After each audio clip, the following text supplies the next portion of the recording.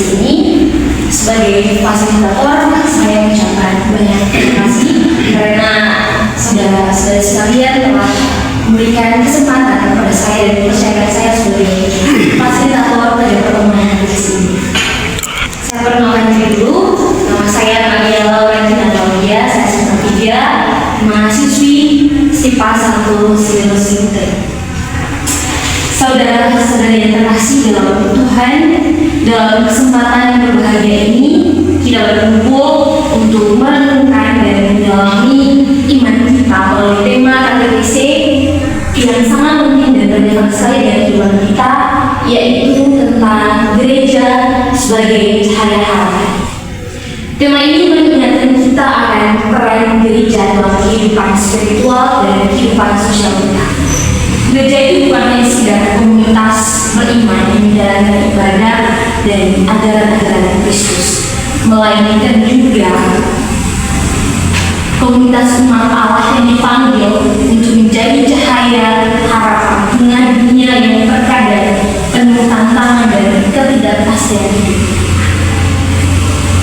Marilah kita membuka hati dan pikiran kita agar dapat memahami bahwa gereja adalah kekuatan penghiburan dan harapan bagi setiap pribadi. Marilah kita sederhana dan pikiran kita untuk mulai pertemuan ini dengan lagu Hiduplah harapanku.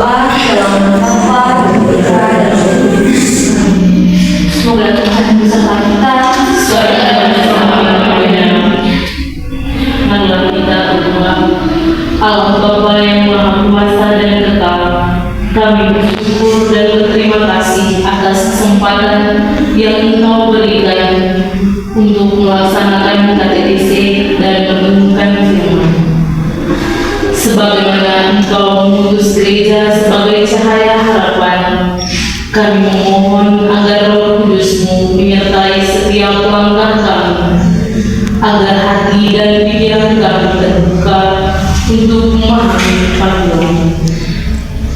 Kami berharap KTTC pada siang hari ini mampu memperkuat iman kami dan menumbuhkan semangat pelayanan dan pengharapan di dalam hidup kami. Semoga kami selalu berjalan seturut perintah demi Kristus Tuhan dan pengantara kami. Bagi saudara-saudari yang kasih Tuhan, selanjutnya untuk mendalami tema KTTC yaitu gereja sebagai cahaya harapan. Baiklah kita mendengar dan mendalami sebuah cerita konkret dalam masyarakat, yaitu judul ceritanya gereja sebagai cahaya harapan di tengah umat. Di sebuah desa kecil yang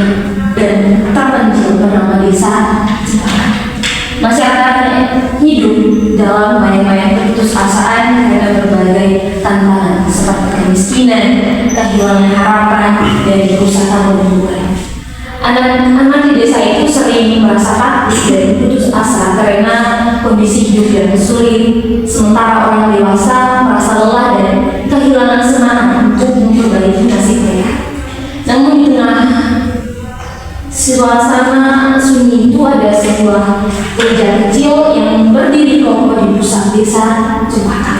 Setiap hari imam dan para warga gereja lainnya berdoa dan bekerja keras untuk menunjukkan kasih Kristus kepada semua orang. Mereka membuka sebuah warung kecil yang menyediakan makanan gratis bagi yang membutuhkan, tayangan pelajaran dan pelatihan kerja bagi kaum remaja dan orang dewasa, serta juga mengajak anak-anak mengikuti kegiatan belajar dan bermain yang menyenangkan dan menghibur. Namun, suatu hari muncul sebuah bencana besar menimpa desa itu. Banjir bandang melanda desa itu, menghancurkan perumahan penduduk, ladang, serta segala kepunyaan mereka. Masyarakat merasa putus asa dan takut akan masa depan mereka. Tetapi secara luar biasa, gereja tetap menjadi pusat kegiatan. Gereja membuka posko bantuan, mengumpulkan sumbangan dari desa dan luar desa, serta mengirim relawan yang membantu membersihkan dan membangun kembali rumah-rumah masyarakat di desa ini yang rusak akibat bencana. Mereka menyemangati warga dengan berkata, Tuhan adalah terang kita dan melalui kasih-Nya kita bisa bangkit lagi. Seiring berjalannya waktu, desa itu kembali pulih dan masyarakat mulai beraktivitas seperti biasa. Banyak orang yang sebelumnya merasa kehilangan harapan mulai melihat harapan baru lewat tindakan nyata gereja dan komunitasnya. Anak-anak kembali bersekolah dan orang dewasa mulai bersemangat kembali untuk membangun masa depan mereka. Gereja di desa itu bukan hanya bangunan fisik, tetapi menjadi cahaya terang yang memimpin, memberi pengharapan, dan mengingatkan masyarakat bahwa dalam kegelapan sekalipun, kasih dan terang Kristus selalu menyinari hidup mereka. Baik teman-teman, baik saudara-saudara yang terkasih dalam Kristus, itu tadi cerita singkat mengenai gereja sebagai memberi cahaya harapan. Selanjutnya, untuk mendalami lebih dalam lagi terkait kisah tadi, ada beberapa pertanyaan pendalaman, pertanyaan penuntun agar kita bisa masuk lebih dalam cerita tadi. Baik saudara-saudari yang terkasih dalam Tuhan, setelah kita mendengar tadi cerita tentang gereja sebagai cahaya harapan di tengah dunia, di tengah umat, marilah kita mendalami lebih dalam lagi dengan beberapa pertanyaan penuntun. Yang pertama, setelah saudara dan saudari sekalian mendengarkan kita tadi, bagaimana perasaan? Apakah ada perasaan sesuatu yang mengesankan, sesuatu yang setelah mendengar cerita tadi? Ya, baik, saudari silakan. Baik dari saya terkait guru dan batas, saya merasa langsung percaya diri, yakin dan ramah karena dalam tatanan kehidupan ada sumber cahaya dan pengharapan yang dapat membimbing dan juga mengarahkan saya, dan juga merasa terbuka dengan gereja hadir menjadi selain itu sebagai rasa syukur atas keberadaan gereja yang hadir sebagai penuntun dan juga pokok kasih damai dan harapan dalam kehidupan. Baik, terima kasih dari tadi sudah dimakan bahwa pasal itu adalah kepercayaan. Saya dalam artian bahwa dalam situasi apapun, dalam situasi sulit ketika kita menghadapi tantangan dalam kehidupan, maka kita tetap percaya bahwa kasih Kristus secara Kristus melalui gereja tetap selalu bersama kita. Selanjutnya, saudara-saudari terkasih dalam Kristus, pertanyaan yang kedua adalah, kira-kira apa pesan atau pesan yang dapat kita petik dari cerita ini? Dari saya, Silahkan. pesan yang dapat kita diambil dari cerita ini yaitu bahwa keberadaan dan peran gereja sangat penting sebagai sumber dan bermutu bagi masyarakat, di mana gereja dapat berfungsi sebagai cahaya yang memberikan harapan, kekuatan dan menuntun manusia menuju jalan yang benar dan penuh makna. Sementara kesannya itu dapat dipetik dari cerita. Yang ketiga itu pertanyaan pendalaman. Mungkin dari kita semua yang di sini ada pengalaman atau cerita yang mirip atau sekilas dengan cerita tadi tentang bagaimana gereja hadir dengan umat sebagai cahaya harapan. Baik, dan saya Silakan. jadi ini adalah pengalaman di Palu kami kemarin itu, di mana di sebuah stasi terjadi bencana alam, yaitu longsor. Nah, di mana bencana alam itu menutupi jalan umumnya, sehingga tidak ada jalan lain untuk misalnya menuju ke kampung itu. Nah, jadi apa yang dilakukan oleh gereja kemarin itu, pastor paroki itu bersosialisasi kepada seluruh umat. Dia bersosialisasi untuk menyuruh semua umat parokinya itu untuk berpartisipasi dalam memperbaiki jalanan itu, sehingga jalanan itu dapat baik kembali karena atas partisipasi dari seluruh umat di Palu itu. Terima kasih saudari atas pengalaman atau cerita yang mirip dengan cerita yang di mana di Palunya tadi itu untuk sebuah bencana itu termasuk, tapi gereja itu tidak menutup mata atau bodoh amat terkait bencana itu, melainkan gereja memberikan perhatian dengan mengadakan sosialisasi agar bisa memberikan bantuan kepada masyarakat di Palu. Selanjutnya, saudara-saudara dikasih dengan Kristus, pertanyaan kita, kira-kira apa yang dapat kita lakukan sebagai bagian dari anggota gereja agar gereja itu tetap menjadi cahaya harapan bagi kita? Silakan. Yang dapat kita lakukan sebagai bagian dari gereja yaitu dengan berpartisipasi aktif dalam kegiatan gereja dengan penuh semangat. Ya, terima kasih. Ini ada lagi.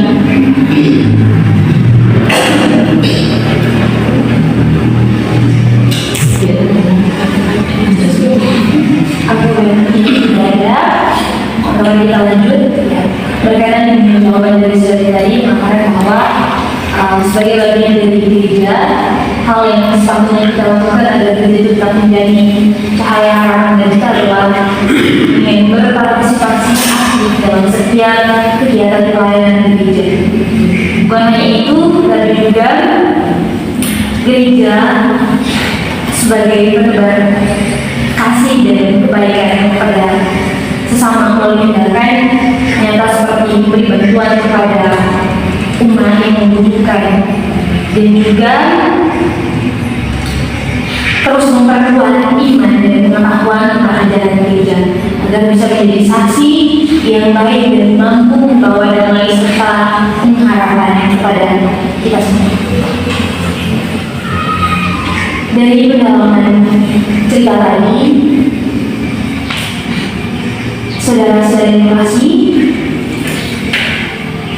kita seringkali menganggap gereja hanya sebagai lembaga biasa dan tempat bagi kita untuk beribadah. Tetapi terlepas dari itu semua, gereja sebenarnya dibuatnya sebagai lembaga atau komunitas atau tempat bagi kita untuk beribadah. Melainkan gereja juga adalah sebagai cahaya harapan. Gereja memberi cahaya harapan bagi kita dalam menghadapi berbagai ketidakpastian hidup dan dalam menghadapi berbagai tantangan alam. Gereja sebagai perwujudan kasih Kristus menjadi cahaya harapan yang nyata dan memberi kekuatan kepada umatnya di tengah situasi sulit serta menjadi penyangga dan mengarahkan kita umatnya menuju kehidupan yang lebih baik dan bermakna. Selanjutnya saudara-saudara dalam Kristus, karena tema katekesi kita hari ini terinspirasi dari kitab suci Yohanes bab 8 ayat 12 sampai 20. Maka dari itu saya mengajak untuk kita semua mendengarkan sabda Tuhan. Semoga Tuhan berserta kita sekarang dan selama-lamanya. Inilah Injil Tuhan kita Yesus Kristus menurut Yohanes. Yesus berkata lagi kepada mereka, "Akulah terang dunia. Siapa yang mengikut aku, ia tidak akan berjalan dalam kegelapan, melainkan ia akan mempunyai terang kehidupan." Kata orang-orang Farisi kepadanya, "Engkau bersaksi tentang dirimu, kesaksianmu tidak benar." Kata Yesus kepada mereka, "Biarpun aku bersaksi tentang diriku sendiri, kesaksianku itu benar, sebab aku tahu dari mana aku datang dan kemana aku pergi. Namun kamu tidak tahu dari mana aku datang dan kemana aku pergi. Kamu menghakimi menurut ukuran manusia, aku tidak menghakimi seorang pun. Dan kalaupun aku menghakimi, penghakimanku itu benar, sebab aku tidak seorang diri, tetapi aku bersama dengan Bapa yang mengutus aku. Dalam kitab Tauratmu ada tertulis bahwa kesaksian dua orang adalah sah. Akulah yang bersaksi tentang diriku sendiri, dan juga Bapa yang mengutus aku bersaksi tentang aku." Lalu kata mereka kepadanya, "Di manakah Bapamu?" Jawab Yesus, "Baik aku maupun Bapakku tidak kamu kenal. Sekiranya kamu mengenal aku, kamu mengenal juga Bapamu." Kata-kata itu dikatakan Yesus dengan kebenaran, sebab ia mengajar di dalam bait Allah. Tidak seorang pun menangkap dia karena saatnya belum tiba. Demikianlah sabda Tuhan. Terpujilah Kristus. Baik, saudara-saudara dalam Kristus, karena kita telah mendengarkan bersama sabda Tuhan, maka dari itu untuk lebih mendalami dan kita bisa masuk ke dalam teks Injil Yohanes bab 8 ayat 12 sampai 20, ada beberapa pertanyaan yang muncul. Namun sebelum itu mungkin atau perlu teks Injilnya dibacakan kembali. Tidak ada terima kasih. Baik, pertanyaan yang muncul dalam pendalaman yang pertama dari teks kita tadi, kira-kira ayat manakah yang sangat menarik dan sangat menyentuh hati dari saudara sekalian? Baik, dari saya. Ya, silakan. Menurut saya ayat yang menarik itu terdapat di ayat 12. Itu dikatakan, maka Yesus berkata pula kepada orang banyak, katanya, "Akulah terang dunia. Barang siapa mengikuti aku, ia tidak akan berjalan dalam kegelapan, melainkan ia akan mempunyai terang hidup." Mungkin bisa dijelaskan alasan kenapa di ayat 12. Mengapa saya tertarik dengan ayat ini? Karena dalam ayat ini itu menegaskan bahwa Yesus itu adalah satu-satunya terang dunia bagi siapapun yang mengikuti Dia. Dia tidak akan, bagi siapapun yang mengikuti Dia tidak akan berjalan dalam kegelapan, melainkan Ia memiliki terang hidup. Dengan mengikuti Yesus sebagai terang dunia, dan gereja sebagai wujud nyatanya atau sebagai wujudnya bertugas memancarkan cahaya yang menuntun manusia kepada kebenaran dan kehidupan yang kekal. Terima kasih saudari.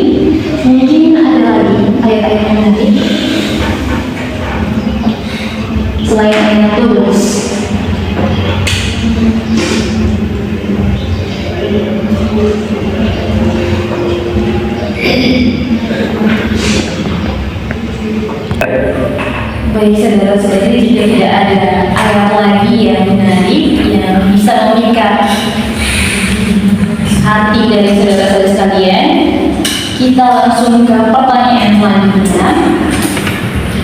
Berdasarkan kitab suci yang dibacakan, menurut saudara-saudara sekalian, kira-kira apa peran gereja sebagai cahaya harapan bagi hidup kita?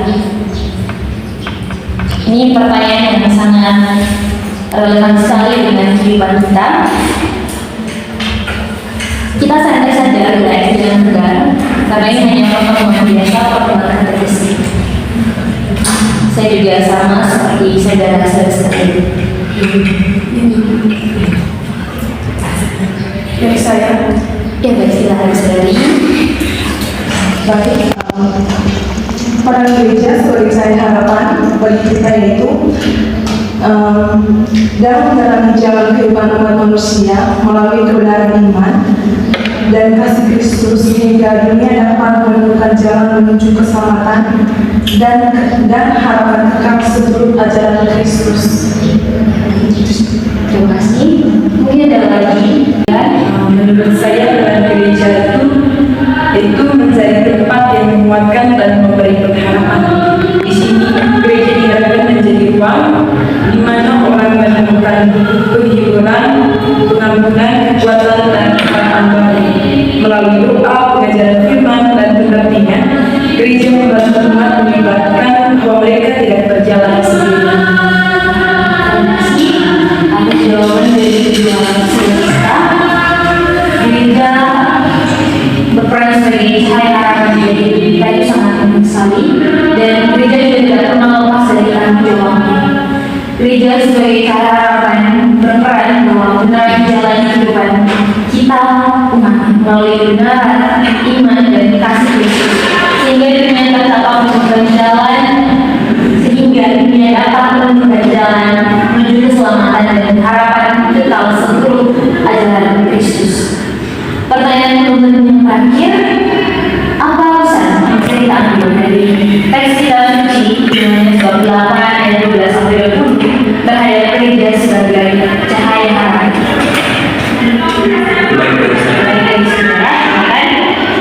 Pesan dari Bentuk kitab suci tadi yaitu kita harus menjadikan Yesus sebagai satu-satunya sumber utama terang kehidupan, dan gereja harus menjadi sumber terang dan harapan dengan hidup dalam kebenaran Kristus, menguatkan iman dan menyampaikan kasih Allah kepada dunia yang penuh ketidakpastian dan tantangan.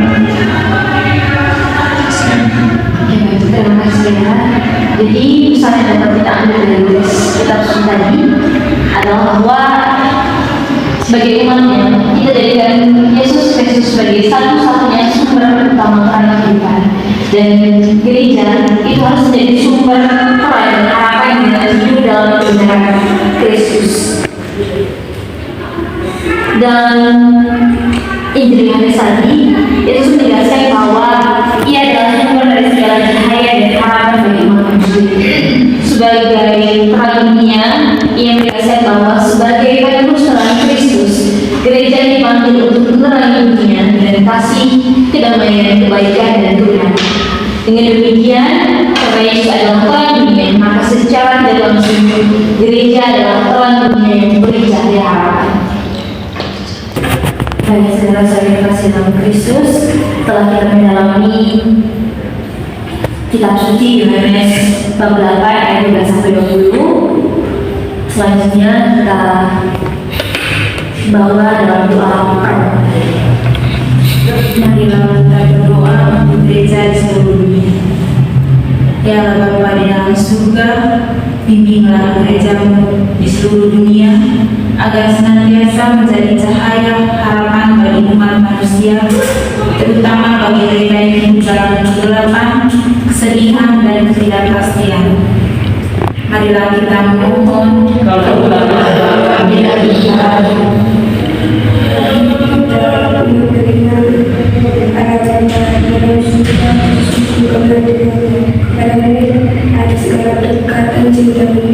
sehingga pada saat ini kami bisa berkumpul kembali di tempat ini dalam keadaan Islam.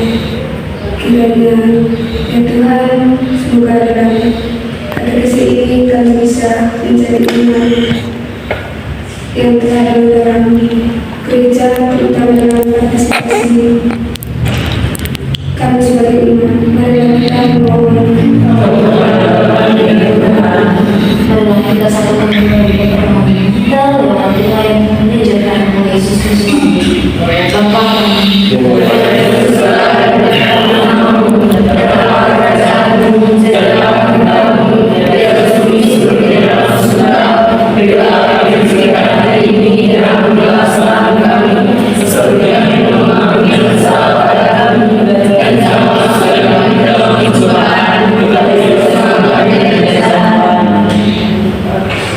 saudara-saudara Kristus Kristus selanjutnya terkait tema pada isi kita gereja sebagai cahaya harapan.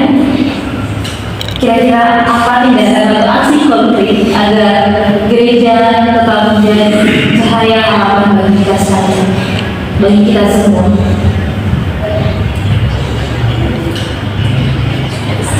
Hal-hal konkret yang bisa kita lakukan. Tawaran dari saya itu kita harus ikut partisipasi dalam setiap kegiatan pelayanan gereja. Saya rencana tindakannya itu mengadakan kegiatan penginjilan di lingkungan sekitar. Hal lagi, aksi konkretnya Dari saya, silakan. itu kita bersama gereja mengadakan Injil dan juga mengadakan katekisi bersama mandikan diri.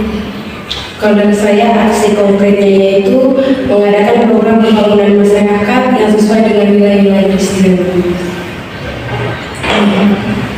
Itu tadi beberapa hal konkret yang bisa kita lakukan agar gereja tetap menjadi cahaya harapan bagi kita. Nah, bagaimana? Apakah setuju dengan aksi konkret itu? Setuju. Terima kasih. Saudara-saudari terkasih dalam Tuhan, melalui katekisi kita pada siang ini, kita telah diajak untuk semakin mendalami bahwa gereja adalah cahaya harapan bagi dunia. Sebagai umat, kita dipanggil untuk turut merenungi dan menerangi sesama dengan kasih iman dan harapan. Semoga apa yang telah kita dengar dan renungkan bersama dapat membekas dalam hati dan kehidupan kita sehari-hari, serta menjadi sumber semangat dalam melayani sesama. Marilah kita senantiasa meneguhkan iman dan memperkuat komitmen kita untuk menjadi cahaya harapan. Terima kasih atas kehadiran dan partisipasi dari saudara dan saudara sekalian. Sebagai fasilitator, saya minta maaf bila ada kata atau kalimat yang kurang berkenan selama katekisi berlangsung.